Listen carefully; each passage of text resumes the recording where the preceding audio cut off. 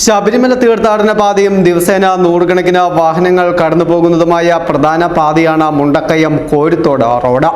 ഈ റോഡിൽ വരിക്കാനി കവല മുതൽ വണ്ടൻപതാൽ വരെയുള്ള ഭാഗങ്ങളിൽ അപകടങ്ങൾ വർദ്ധിക്കുകയാണ്. ഒരു മാസം മുമ്പ് ഇരുചക്ര വാഹനം കാറുമായി കൂട്ടിയിടിച്ചുണ്ടായ അപകടത്തിൽ 2 യുവാക്കൾ മരണപ്പെട്ടിരുന്നു. കഴിഞ്ഞ ശബരിമല സീസണിൽ കാൽനടയാത്രക്കാരിയായ വയോധികയും തീർത്ഥാടന വാഹനം ഇടിച്ച് മരണപ്പെട്ട സംഭവവും ഉണ്ടായിട്ടുണ്ട്. കഴിഞ്ഞ ഞായറാഴ്ച ഓട്ടോറിക്ഷയും കാറും കൂട്ടിയിടിച്ചുണ്ടായ അപകടത്തിൽ ഓട്ടോറിക്ഷ ഡ്രൈവർക്ക് പരിക്കേറ്റു. ചെറുതും വലുതുമായ നിരവധി അപകടങ്ങളാണ് ഈ പ്രദേശത്ത് ഓരോ ആഴ്ചയിലും സംഭവിക്കുന്നത്. തീർത്ഥാടന കാലത്ത് അപകടങ്ങളുടെ എണ്ണം ക്രമാതീതമായി വർദ്ധിക്കും.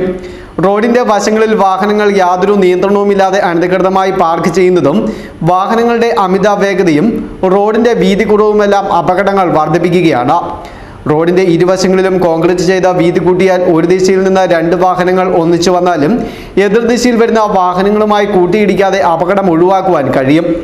ക്രമാതീതമായി വർദ്ധിക്കുന്ന വാഹനപ്പെരുപ്പം മുന്നിൽ കണ്ട് ദീർഘവീക്ഷണത്തോടെയുള്ള റോഡ് നവീകരണം നടത്തി അപകടങ്ങൾ ഒഴിവാക്കുവാൻ അധികാരികൾ തയ്യാറാകണമെന്ന ആവശ്യമാണ് ശക്തമായിരിക്കുന്നത്.